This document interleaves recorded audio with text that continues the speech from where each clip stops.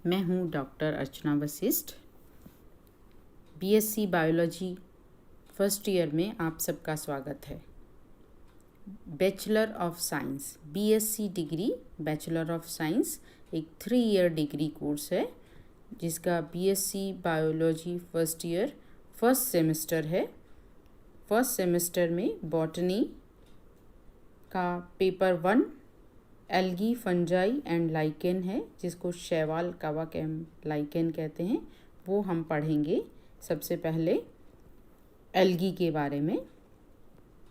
Botany जो शब्द है वो बोटेन शब्द से बना है, जो कि ग्रीक भाषा का शब्द है, और ग्रास, पैस्चर, फॉडर इन शब्द के लिए इस्तेमाल होता था बॉटनी। और बोटेन से जो शब्द बना है, इंग्लिश वर्ड बना है ये बॉटनी, वाई लग के इसमें बॉटनी बन गया बोटेन से। ऐसे ही एल्गा शब्द एक लैटिन शब्द है जिससे एल्गा सिंगुलर है और प्लूरल है एल्गी। तो एल्गा से बना है एल्गी, जो कि लैटिन वर्ड है। एल्गा का मतलब है समुद्री खरपतवार। तो बॉटनी और एल्गी ये ग्रीक भाषा और लैटिन भाषा के शब्द हैं। ग्रीक भाषा बहुत ही प्री हिस्टोरिक भाषा है और बहुत एंशियंट भाषा है, जो आज तो डेड है, आज बोली नहीं जाती है। और उसके बाद लैटिन भाषा आई। ग्रीक भाषा के बाद लैटिन भाषा आई है। लैटिन भाषा भी आज डेड भाषा है, ये नहीं भूली जाती है। लेकिन क्योंकि पहले इनमें काफ़ी लिटरेचर लिखा गया, बहुत सालों तक ये काम में ली जाती थी ग्रीक भाषा, तो उसमें काफ़ी लिटरेचर है। और आज बहुत सारे जो शब्द हैं हमने यूँ के तो वहाँ से ही ले लिए हैं, जो टेक्निकल टर्म्स हैं वो एज इट इज़ उसी भाषा से ली हैं। तो ये जो शब्द हैं एज इट इज़ ले लिए हैं, या उनका ओरिजिन है जो उससे व्युत्पन्न हुए हैं, वो शब्द ग्रीक भाषा से हुए हैं। और उसके बाद लैटिन भाषा से भी बहुत सारी जो साइंटिफिक टर्म्स हैं वो ओरिजिन हुआ है। संस्कृत भाषा भी ऐसे ही ग्रीक भाषा के समय की है या उससे भी पुरानी है, लेकिन संस्कृत भाषा अभी तक जिंदा है, मृत भाषा नहीं है। फादर ऑफ बॉटनी थियोफ्रेस्टस को कहते हैं। थियोफ्रेस्टस एक यूनानी फिलोसोफर थे, बायोलॉजिस्ट थे, बॉटनिस्ट थे, जोलॉजिस्ट थे, फिजिसिस्ट थे, और जाने क्या क्या थे, म्यूजिशियन थे, ये पॉलिटिशियन थे।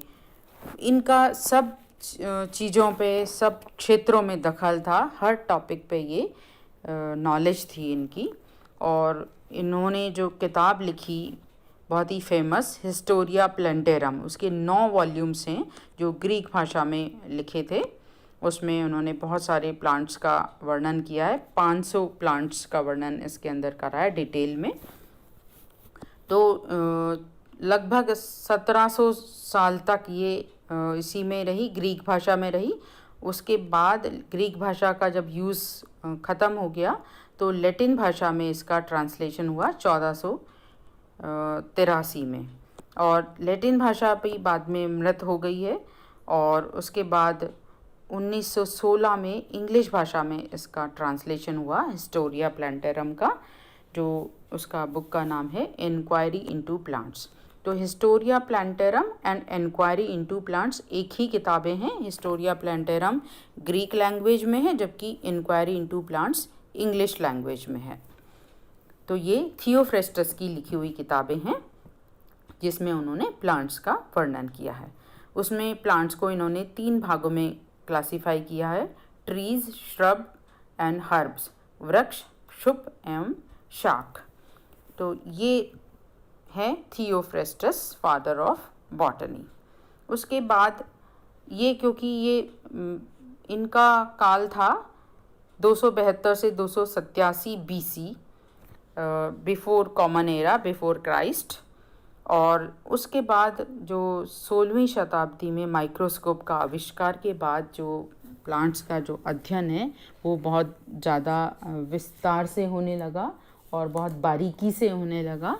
और उसके बाद बहुत सारे वैज्ञानिकों ने इस पे काम किया है और बहुत सारी किताबें लिखी हैं और बहुत सारा योगदान है। लेकिन उनमें सबसे अधिक योगदान जो है वो कैरोलस लिनियस का है, जिनको फादर ऑफ मॉडर्न बॉटनी भी कहते हैं और फादर ऑफ टेक्सोनॉमी भी कहते हैं, क्योंकि इन्होंने बाइनोमियल नोमेनक्लेचर दिया था, जो द्विनाम पद्धति है, वर्गीकरण इन्होंने दिया।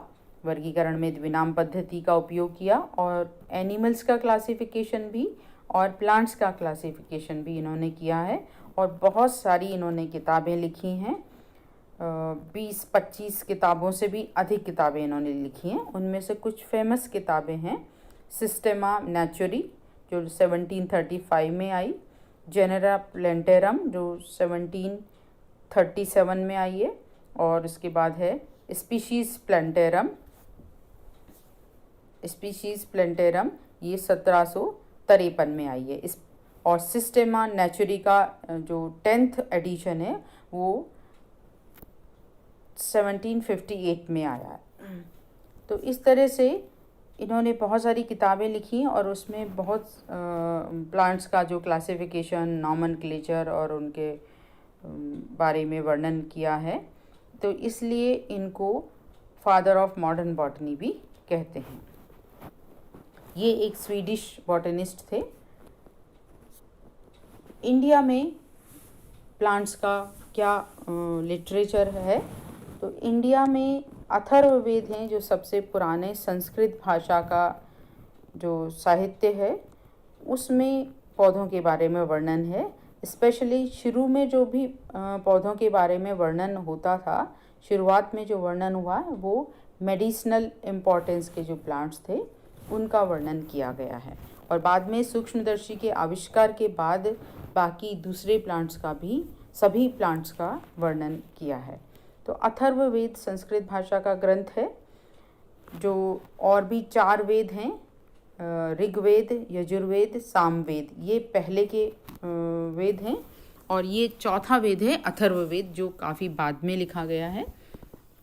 अथर्ववेद का संस्कृत में अर्थ होता है अथर्वणास, मतलब the procedures for everyday life, और वेदा मीन्स नॉलेज, यानी रोज़मर्रा की जो दिनचर्या की ज्ञान अथर्ववेद में है।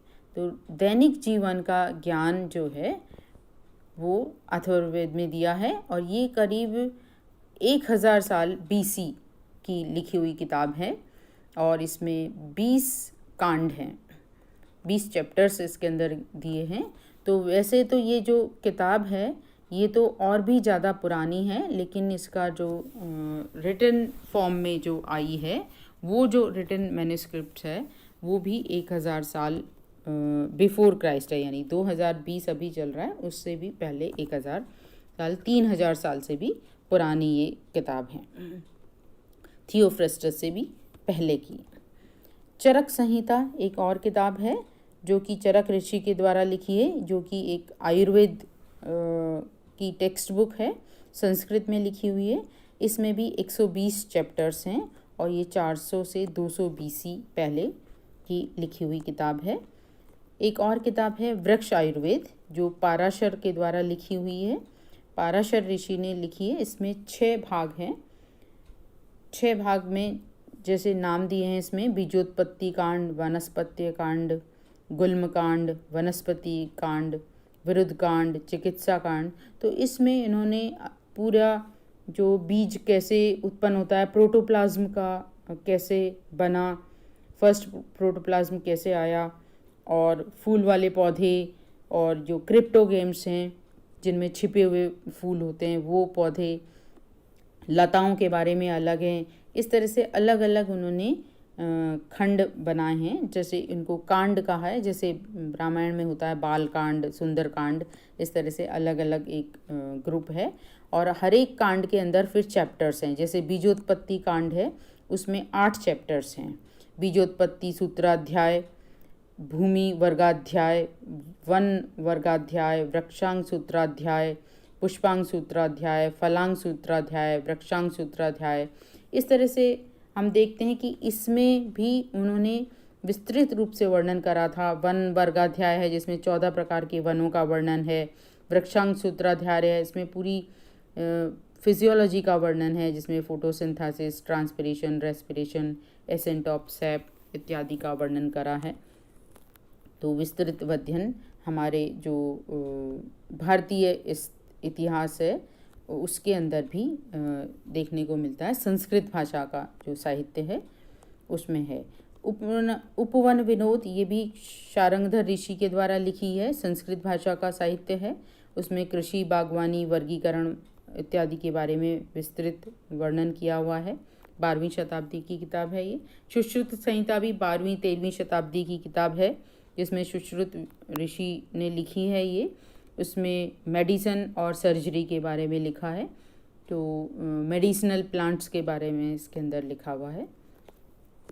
तो इस तरह से हम देखते हैं कि जो ये इतिहास हम क्यों देख रहे हैं, क्योंकि इतिहास से हमें ये पता चलता है कि हम कहाँ थे और हम कहाँ आ गए हैं, हम किस जगह थे और कहाँ तक हम आ गए हैं, टेक्नोलॉजी में हम कहाँ थे और कैसे हम आगे बढ़े हैं और कैसे हम और आगे बढ़ सकते हैं। तो इसका हमें ज्ञान होता है। क्या कल्चर थी, संस्कृति कैसी थी, कितना हमारा ज्ञान था, हम कैसे थे और आज हम किस स्थिति में हैं, ये सब हम इतिहास से जान सकते हैं। इसलिए हम इतिहास पढ़ते हैं। एल्गी, अब हम आते हैं एल्गी टॉपिक पर। तो एल्गी का जो शब्द है ये कहाँ से है, क्या इतिहास है इसका। एल्गी का जो शब्द है वो भी लैटिन भाषा से आया है। अभी हमने पहले पढ़ा, जो कैरोलस लिनियस हैं, इन्होंने सबसे पहले एल्गी शब्द को दिया था। उनकी जो पुस्तक है स्पीशीज़ प्लेंटेरम में, उसमें सारे प्लांट्स को, जो लिविंग प्लांट्स हैं, प्लांट किंगडम है, उसको 24 ग्रुप्स में डिवाइड किया है। तो जो लास्ट ग्रुप है 24वां, उसमें क्रिप्टोगेमिया नाम से ग्रुप बनाया है। 24वां ग्रुप जो है लास्ट ग्रुप है क्रिप्टोगेमिया है। बाकी जो सारे 23 ग्रुप हैं वो जो फ्लावरिंग प्लांट्स हैं उनके ग्रुप्स हैं। तो क्रिप्टोगेमिया में उन्होंने 4 ऑर्डर में फिर उसको डिवाइड किया है।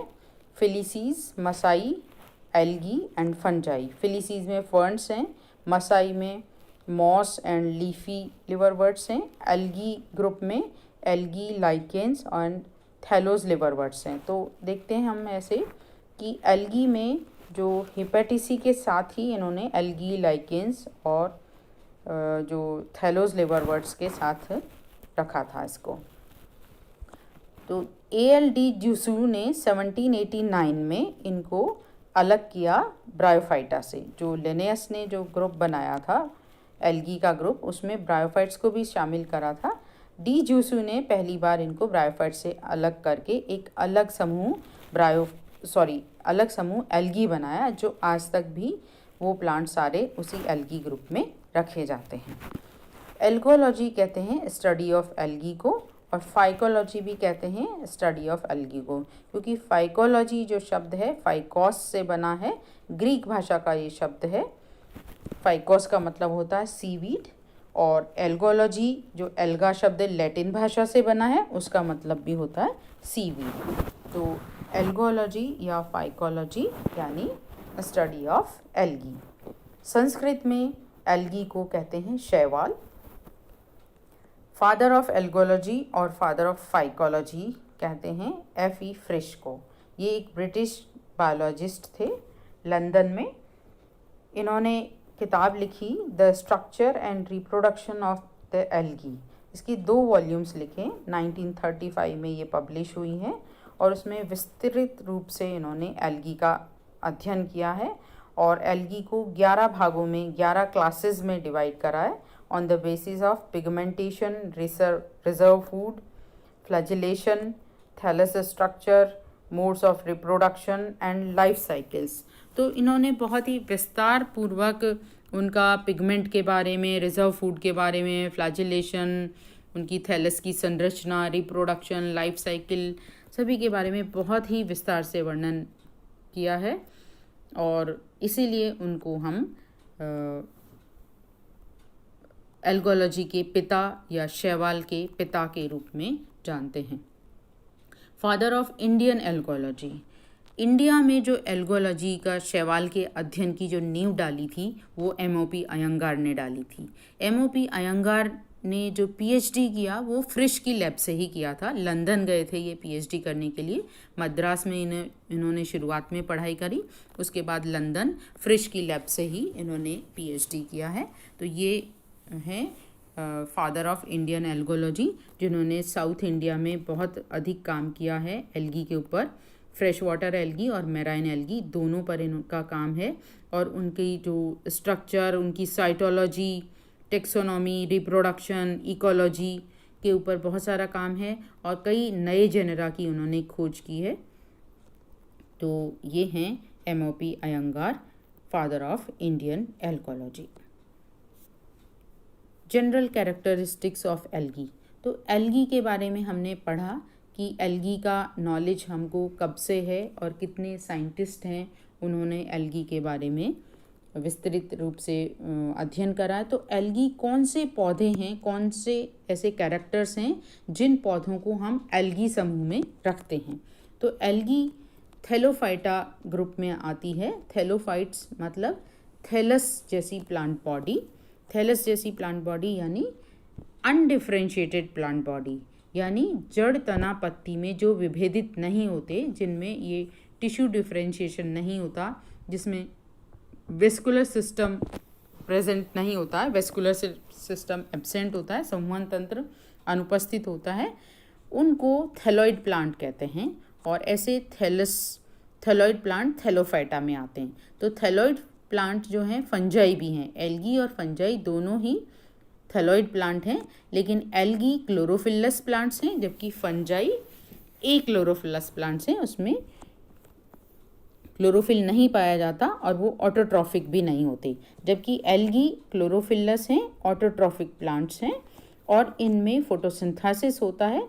और फोटोसिंथेसिस ऑक्सीजन इवॉल्विंग प्रकार का होता है। फोटोसिंथेसिस के दौरान ऑक्सीजन निकलती है, क्योंकि कुछ बैक्टीरिया भी हैं ऐसे जिनमें फोटोसिंथेसिस होता है, लेकिन उनको हम एल्गी नहीं कहते हैं, क्योंकि उनमें ऑक्सीजन इवॉल्विंग फोटोसिंथेसिस नहीं है। उसमें कुछ और दूसरा केमिकल हैं वो निकलते हैं ऑक्सीजन की बजाय। तो यहाँ फोटोसिंथेसिस में बाई प्रोडक्ट के रूप में ऑक्सीजन निकलती है शैवाल के अंदर। तो ये शैवाल का एक विशेष लक्षण है कि इनमें क्लोरोफिल पाया जाता है और इनमें फोटोसिंथेसिस होता है, और फोटोसिंथेसिस के दौरान बाई प्रोडक्ट के रूप में ऑक्सीजन निकलती है।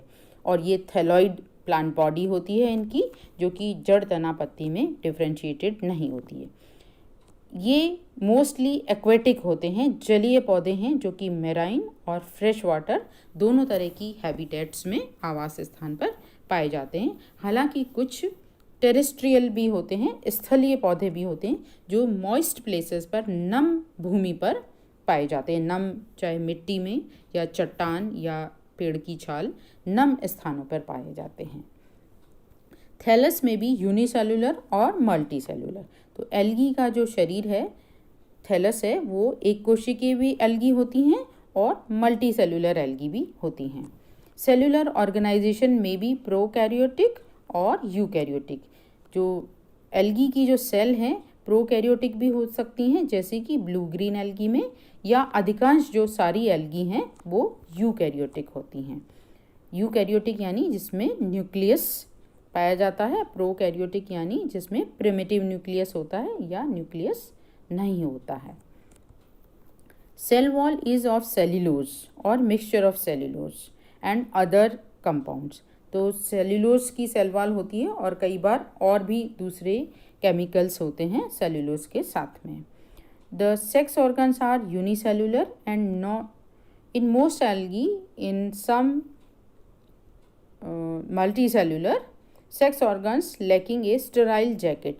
ये एक विशेष लक्षण है जो कि दूसरे पौधों से अलग करता है एल्गी को, जिसमें सेक्स ऑर्गन्स के चारों तरफ कोई स्टेराइल जैकेट नहीं पाई जाती है।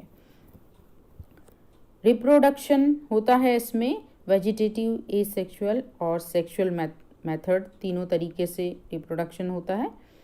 और रिप्रोडक्शन स्पोर्स के द्वारा होता है, बीजाणुओं के द्वारा होता है। बीज नहीं बनते हैं, सीड्स नहीं बनते हैं, स्पोर के द्वारा जनन होता है।